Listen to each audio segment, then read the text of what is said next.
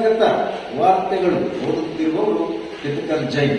ಮುಖ್ಯಾಂಶಗಳು: ಬರವಳ್ಳಿ ಕಾಡು ಸಂರಕ್ಷಣೆಗೆ ಗ್ರಾಮ ಸುಧಾರಣಾ ಸಮಿತಿ ಮತ್ತು ಗ್ರಾಮಸ್ಥರ ನಿರ್ಣಯ.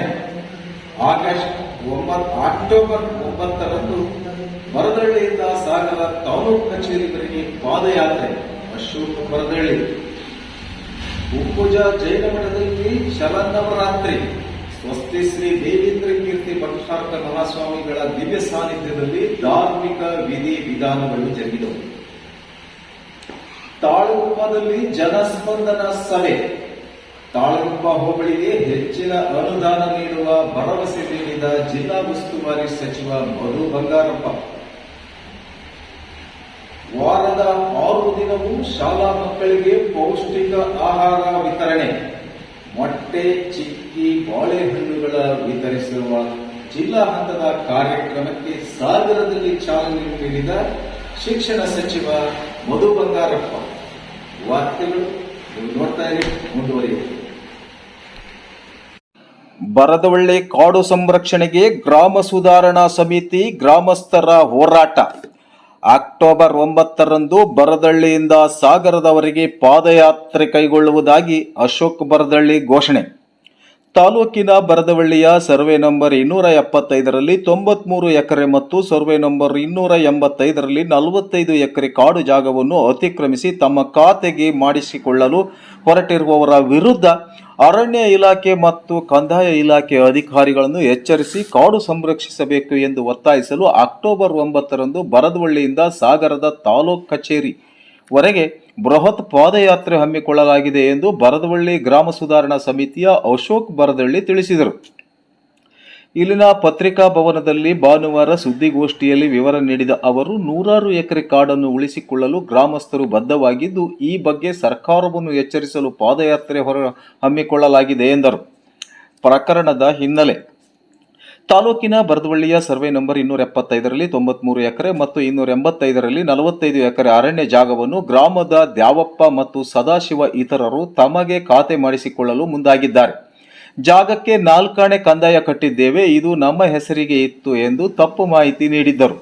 ಈ ಬಗ್ಗೆ ದಿನಾಂಕ 1-2-2023ರಲ್ಲಿ ನ್ಯಾಯಾಲಯಕ್ಕೆ ಅರ್ಜಿ ಸಲ್ಲಿಸಿರುತ್ತಾರೆ. ಇದರಲ್ಲಿ ಗ್ರಾಮ ಸುಧಾರಣಾ ಸಮಿತಿ ಸದಸ್ಯ ಕುಟುಂಬದವರೇ ಇದ್ದಾರೆ. ಇಡೀ ಗ್ರಾಮಕ್ಕೆ ಒಳಿತಾಗುತ್ತದೆ ಎಂದು ತಪ್ಪು ತಿಳುವಳಿಕೆ ನೀಡಿ ಊರಿನ ಗ್ರಾಮಸ್ಥರ ಸಹಿ ಸಂಗ್ರಹಿಸಿದ್ದರು.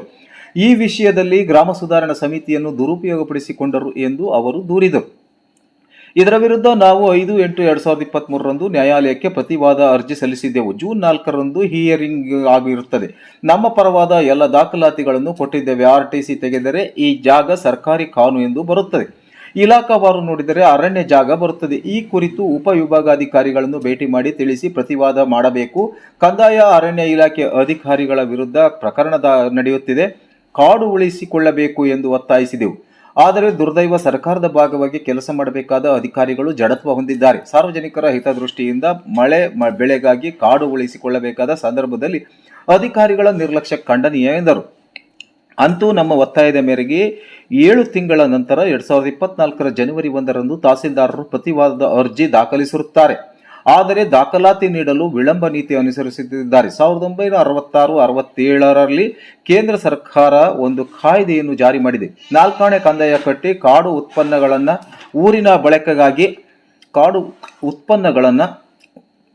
ಊರಿನ ಬಳಕೆಗಾಗಿ ಪಡೆಯಬಹುದು ಎಂಬುದು. ನಂತರ ಇದು ಸರ್ಕಾರಿ ಕಾಡು ಎಂದು ದಾಖಲಾಗಿದೆ. ಈ ದಾಖಲೆಯನ್ನು ಉಪವಿಭಾಗಾಧಿಕಾರಿಗಳು ನ್ಯಾಯಾಲಯಕ್ಕೆ ಒದಗಿಸಬೇಕು ಎಂಬುದು ನಮ್ಮ ಒತ್ತಾಯ. ಆಗ ನಮಗೆ ಜಯ ಸಿಗುತ್ತದೆ ಎಂಬ ನಂಬಿಕೆ ಇದೆ.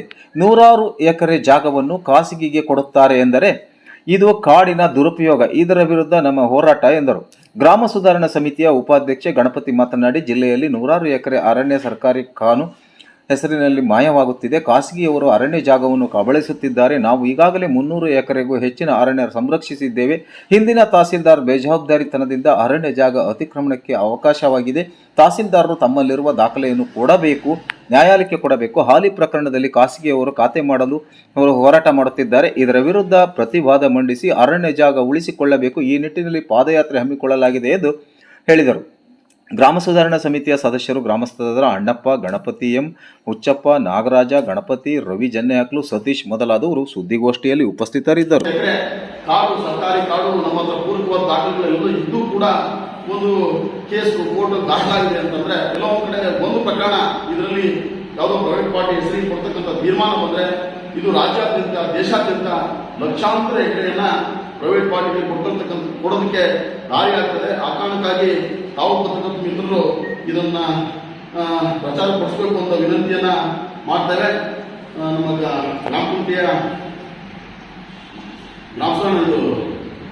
ಗ್ರಾಮ ಪಂಚಾಯತಿ ಮಾಜಿ ಉಪಾಧ್ಯಕ್ಷ ಅಣ್ಣಪ್ಪ ಮುರುಗಿಯವರು ಸ್ವಲ್ಪ ಮಾತಾಡ್ತಾರೆ.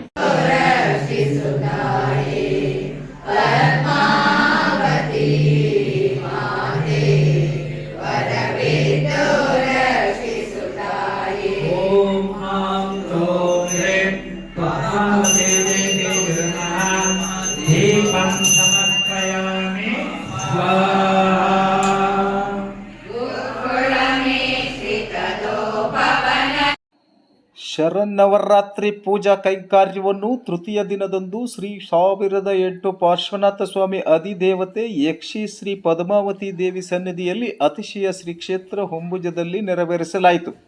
ಹೊಂಬುಜ ಜೈನ ಮಠದ ಪೀಠಾಧಿಪತಿ ಜಗದ್ಗುರು ಡಾಕ್ಟರ್ ದೇವೇಂದ್ರ ಕೀರ್ತಿ ಭಟ್ಟಾರಕ ಪಟ್ಟಾಚಾರ್ಯವರ್ಯ ಮಹಾಸ್ವಾಮೀಜಿಗಳ ದಿವ್ಯ ಸಾನ್ನಿಧ್ಯದಲ್ಲಿ ಅವರ ನೇತೃತ್ವದಲ್ಲಿ ಹಾಗೂ ಮಾರ್ಗದರ್ಶನದಲ್ಲಿ ಜಿನಾಗಮೋಕ್ಷ ಮತ್ತು ಪೂಜಾ ವಿಧಿ ವಿಧಾನ ಆರಾಧನೆ ಮೂಲಕ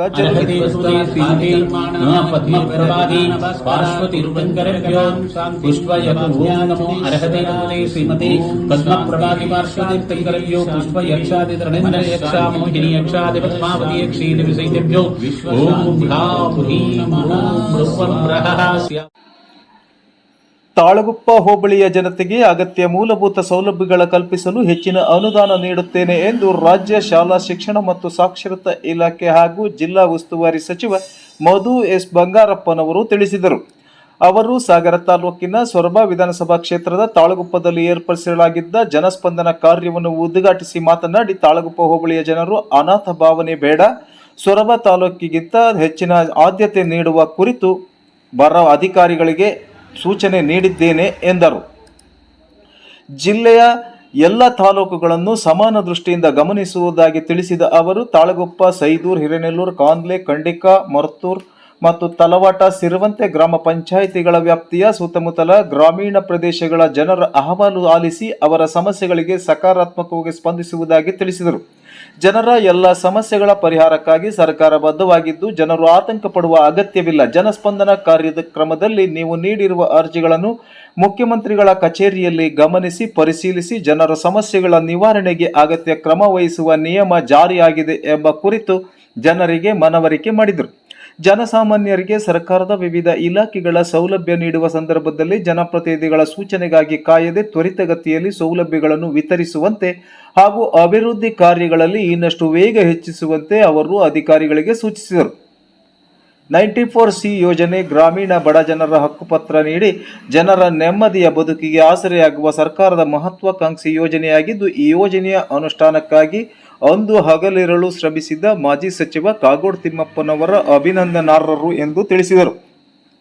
ಜನಸ್ಪಂದನ ಕಾರ್ಯಕ್ರಮದಿಂದಾಗಿ ಸರ್ಕಾರವೇ ಜನರ ಮನೆ ಬಾಗಿಲಿಗೆ ತೆರಳಿ ಅವರ ಸಮಸ್ಯೆ ಪರಿಹಾರ ನೀಡುತ್ತದೆ.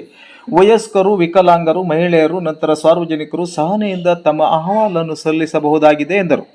ಜನಸ್ಪಂದನದಲ್ಲಿ ಕಂಡಿಕಾ ಗ್ರಾಮ ಪಂಚಾಯಿತಿಯ ಸದಸ್ಯರು, ನಾಗರಿಕರು ಮನವಿ ಸಲ್ಲಿಸಿ ಗ್ರಾಮೀಣ ರಸ್ತೆ ಸಂಪರ್ಕ ಅಭಿವೃದ್ಧಿಗೆ ಸಚಿವರ ಗಮನ ಸೆಳೆದರು.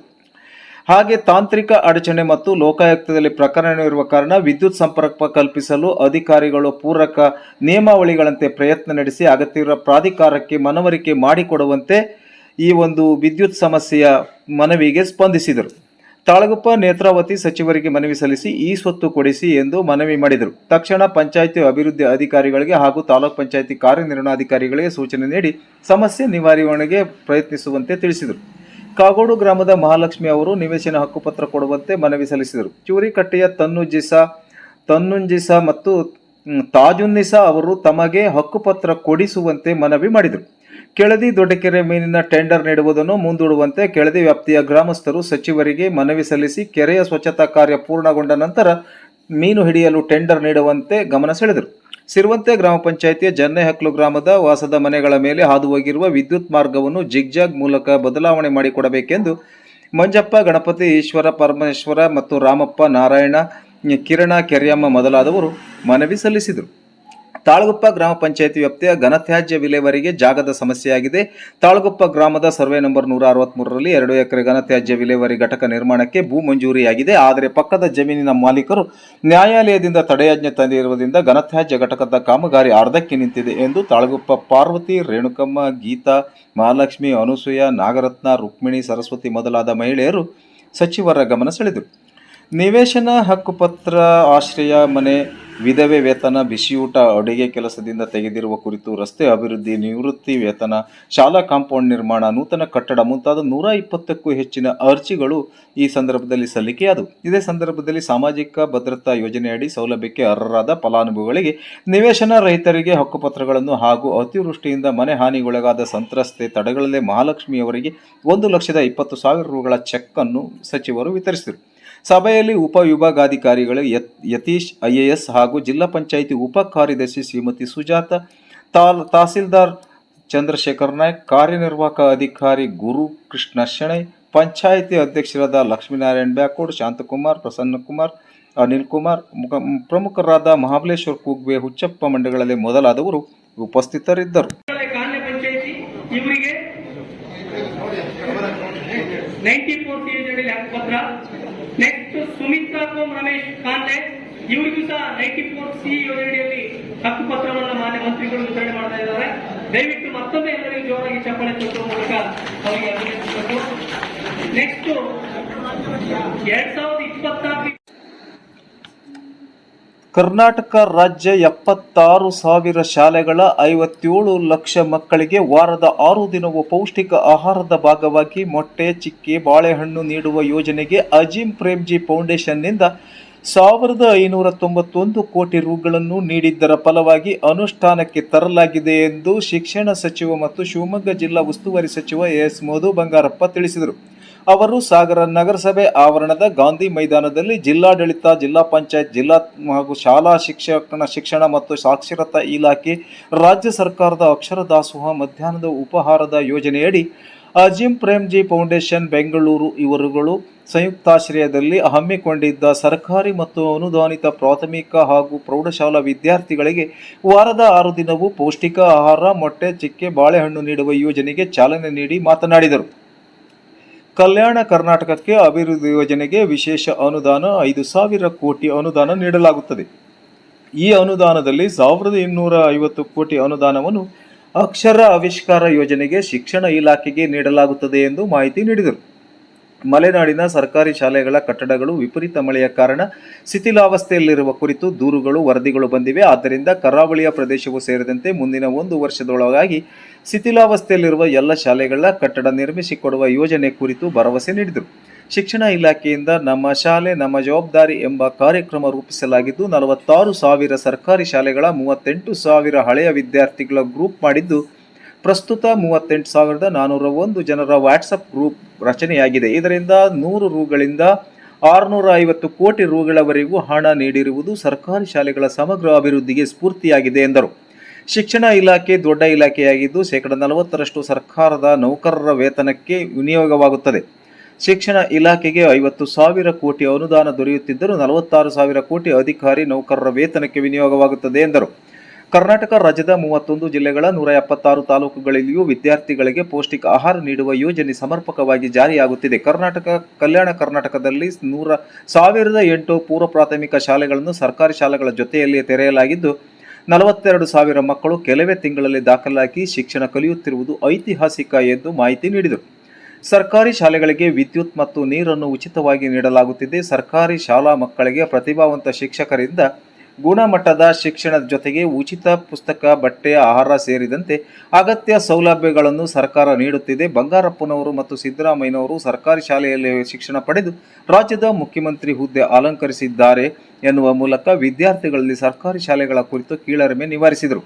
ಕಾರ್ಯಕ್ರಮದ ಅಧ್ಯಕ್ಷತೆಯನ್ನು ಶಾಸಕ ಗೋಪಾಲಕೃಷ್ಣ ಬೇಳೂರು ವಹಿಸಿದ್ದರು. ವೇದಿಕೆಯಲ್ಲಿ ಜಿಲ್ಲಾ ಪಂಚಾಯಿತಿ ಮುಖ್ಯ ಕಾರ್ಯನಿರ್ವಹಣಾಧಿಕಾರಿ ಹೇಮಂತ್ ಎನ್ ಹಾಗೂ ಸಾಗರ ಉಪವಿಭಾಗಾಧಿಕಾರಿ ಯತೀಶ್ ಆರ್ ಹಾಗೂ ಶಿಕ್ಷಣ ಇಲಾಖೆಯ ಶಿವಮೊಗ್ಗ ಉಪನಿರ್ದೇಶಕ ಎಸ್ಆರ್ ಮಂಜುನಾಥ್, ಡಯಟ್ ಉಪನಿರ್ದೇಶಕರಾದ ಬಿಂಬಾ ಕೆಆರ್, ಸಾಗರದ ಡಿವೈಎಸ್ಪಿ ಗೋಪಾಲಕೃಷ್ಣ ಟಿ ನಾಯ್ಕ್, ತಾಲೂಕ್ ಪಂಚಾಯತ್ ಕಾರ್ಯನಿರ್ವಹಣಾಧಿಕಾರಿ ಗುರುಕೃಷ್ಣ ಶೆಣೈ, ಸಾಗರ ನಗರಸಭೆ ಪೌರಾಯುಕ್ತ ಎಚ್ ನಾಗಪ್ಪ, ಅಕ್ಷರದಾಸೋಹ ಭೂಮೇಶ್ ಎಚ್ ಹಾಗೂ ಮೊದಲಾದವರು ಉಪಸ್ಥಿತರಿದ್ದರು. ಮುಖ್ಯಮಂತ್ರಿಗಳ ನಿಲುವು ಏನನ್ನೋದು ಸ್ಪಷ್ಟಪಡಿಸ್ತಾರೆ. ಯಾವ ಸೇಫ್ಟಿಗೋಸ್ಕರ ಅಲ್ಲ ರೀ, ಈಗ ಕೇಸ್ ಆಗೋಗಿದೆ, ಈಗ ವಾಪಸ್ ಕೊಟ್ಟಿಲ್ಲ ಏನಂತ ಕೋರ್ಟ್ಗಳು ನಿರ್ಧಾರ ಮಾಡಬೇಕು. ಅವ್ರ ಮನೆಯವರು ಇಲ್ಲ ನಮ್ಮ ಮನೆಯವರ ಮೇಲೆ ಕೆಟ್ಟ ಹೆಸರು ಬರಬಾರ್ದು ಅಂತೇಳಿ ಈಗ ಅದನ್ನು ವಾಪಸ್ ಕೊಟ್ಟಿದ್ದಾರೆ ಅಷ್ಟೇ. ಕುಮಾರಸ್ವಾಮಿ ಮತ್ತೆ ಚಂದ್ರಶೇಖರ್ ನೋಡಿ, ಈಗ ಕುಮಾರಸ್ವಾಮಿ ಅವರು ಈಗ ಒಬ್ಬ SIT ಅಧಿಕಾರಿಯಾಗಿ ಬಂದಾಗ ಸಹಜವಾಗಿ ತನಿಖೆ ಮಾಡಕ್ಕೆ ಹೋದಾಗ ಇವ್ರಿಗೇನು ಉರಿತಾರ? ಕುಮಾರಸ್ವಾಮಿಗೆ ಏನಾಗಿದೆ ಅಂದ್ರೆ ಬಿಜೆಪಿಯವರೆಲ್ಲ ನಿಲ್ಲಾಗ್ಬಿಟ್ಟಿದ್ದಾರೆ. ಈಗ ಏನಿದ್ರು ಹೈಕಮಾಂಡ್ ಎಲ್ಲ ಕುಮಾರಸ್ವಾಮಿ ಆಗ್ಬಿಟ್ಟಿದ್ದಾರೆ. ನಾನೇ ಕಿಂಗು, ನಮ್ದೇ ನಡಿಬೇಕು, ನಮ್ದೇ ಅಲ್ಲಾಡಿಸ್ಬೇಕು ಅನ್ನೋ ರೀತಿಯಲ್ಲಿ ಮಾತಾಡ್ತಾ ಇದ್ದಾರೆ. ಇವೆಲ್ಲ ಯಾವುದೂ ನಡೆಯೋದಲ್ಲ. ಅಧಿಕಾರಿಗಳು ಅಧಿಕಾರಿಯಾಗಿರ್ತಾರೆ. ಅವ್ರೇನೋ ಪತ್ರ ಬರೆದ ಬಗ್ಗೆ ಈಗಾಗಲೇ ಕೇಂದ್ರ ರಾಜ್ಯ ಎಲ್ಲ ಕಳಿಸಿದ್ದಾರೆ. ಇವೆಲ್ಲ ಬಹಳ ಇದೆ, ನಡೆಯೋ ಪಾಪ ಅಧಿಕಾರ ಇದೆ. ಈಗ ಸದ್ಯದಲ್ಲಿ ಏನ್ ಮಾಡಬೇಕು ಮಾಡೋ ಅಧಿಕಾರ ಇದೆ. ಅಧಿಕಾರ ಇಳಿದ ಮೇಲೆ ಗೊತ್ತಾಗೋದು ಅವ್ರಿಗೆ. ಇರ್ಲಿ ಬಿಡಿ, ಅವ್ರಿಗೂ ಕೇಸ್ ಇದೆಯಲ್ಲ, ಏನ್ ಮಾಡ್ಬೇಕಂದ್ರೆ ಮುಂದೆ ನಮಗೂ ಹುಡುಕ್ತೇವೆ ನಾವು. ಅಧಿಕಾರಿಗಳು ಅದೇನೋ ಗಾದೆ ಹೇಳಿದಾರೆ ಅವ್ರು ಅಷ್ಟೇ. ಹಂದಿ ಅಂತ ಹೇಳಿರೋದು ಅವರಿಗಾಗಿಲ್ಲ, ಏನೋ ಒಂದು ಗಾದೆ ಹೇಳಿ ಅದರ ಮೇಲೆ ಹೇಳಿದ್ದಾರೆ. ಒಗಟ್ಟು ಹೇಳಲ್ವೇ? ನಮ್ಮಲ್ಲಿ ಒಬ್ಬ ಹಾಲಪ್ಪ ಅಂತ ಇದ್ದಾರೆ, ಮಾತಾಡ್ತಾರೆ ಅಂತ ಗಾದೆ ಹೇಳ್ತಾರೆ ಇಲ್ಲ ಒಬ್ಬರು. ಯಾಕಂದ್ರೆ ಅವರು ಕಲ್ತು ಬಂದ್ಬಿಟ್ಟಿದ್ದಾರೆ. ಜೈಲಿ ಹೋಗೋ ಬದಲು ಆತ್ಮದಲ್ಲಿ 6 ತಿಂಗಳಿಂದ ಕಲ್ತು ಬಂದ್ಬಿಟ್ಟಿದ್ದಾರೆ. ಅದು ಹಾಗೆ ಮಾತಾಡ್ತಾರೆ ಗಾದೆ ಹೇಳ್ತಾರೆ. ಹಂಗೆ ಒಂದು ಗಾದೆ ಒಗಟ್ಟು ಹಾಕಿ ಅದ್ರ ಪತ್ರ ಬರ್ತಾರೆ, ಬೇರೆ ಏನೂ ಅಲ್ಲ. ಯಾವುದೇ ಇಲ್ಲ, ಸಿಎಂ ಬದಲಾವಣೆ ಪ್ರಶ್ನೆನೇ ಇಲ್ಲ. ಈಗ ಅದ್ರ ಬಗ್ಗೆ ಯಾವುದೇ ಚರ್ಚೆ ಇಲ್ಲ. ನಮ್ಮ ಪಕ್ಷದ MLAಗಳು ಯಾರೂ ಹೇಳಿಲ್ಲ. ಯಾರೋ ಒಬ್ಬ ಕೋಳಿವಾಡ ಅವರು ಐತಿಕ ಹೇಳಿದಾರೆ ಬಿಟ್ಟರೆ ಅವ್ರೇನು MLA ಅಲ್ಲ, MP ಅಲ್ಲ, ಏನೂ ಇಲ್ಲ. ಅದ್ರ ಬಗ್ಗೆ ನಾವು ತಲೆ ಕೆಡಿಸ್ಕೊಳ್ಳೋ. ಸುಭದ್ರ ಸರ್ಕಾರ ಇರುತ್ತೆ, ಮುಖ್ಯಮಂತ್ರಿಗಳು ಇರ್ತಾರೆ. ಸರ್, ಆರೋಪಕ್ಕೂ ರಾಜೀನಾಮೆ ಕೊಡಬೇಕು. ಕಳ್ಳರು ಕದ್ದದ್ದನ್ನು ವಾಪಸ್ ಕೊಟ್ಟ ತಕ್ಷಣ ಮುಗಿಯಲ್ಲ, ರಾಜೀನಾಮೆ ಕೊಟ್ಟು ತನಿಖೆ ಎದುರಿಸಲಿ ಅಂತ ಒತ್ತಾಯಿಸಿದ್ದಾರೆ. ಇವ್ರ ಕಡೆನೂ ಕೇಸ್ ಬಿದ್ದಿಲ್ಲ, ಅವರ ರಾಜೀನಾಮೆ ಕೊಡ್ತಾರ? ಸೀತಾರಾಮನ್ ರಾಜೀನಾಮೆ ಕೊಡ್ತಾರ? ಇವ್ರ ಮೇಲೆಲ್ಲ ಕೇಸ್ ಬಿದ್ದಿದೆ, ಅವರೆಲ್ಲ ರಾಜೀನಾಮೆ ಕೊಡಕ್ಕೆ ಹೇಳಿ ನಾವು ಕೊಡಿಸ್ತೀವಿ.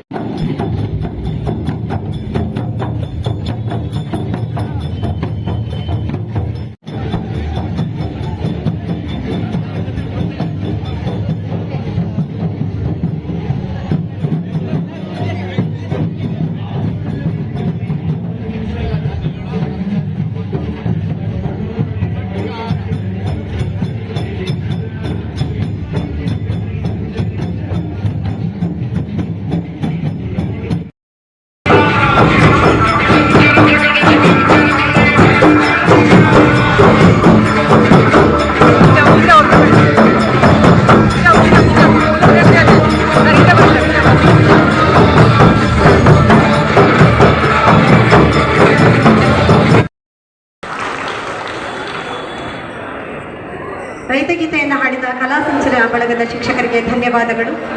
ಇದೀಗ ಸ್ವಾಗತ ಕೋರಲಿಕ್ಕೆ ಬರ್ತಾ ಇದ್ದಾರೆ ಮಾನ್ಯ ಕ್ಷೇತ್ರ ಶಿಕ್ಷಣಾಧಿಕಾರಿ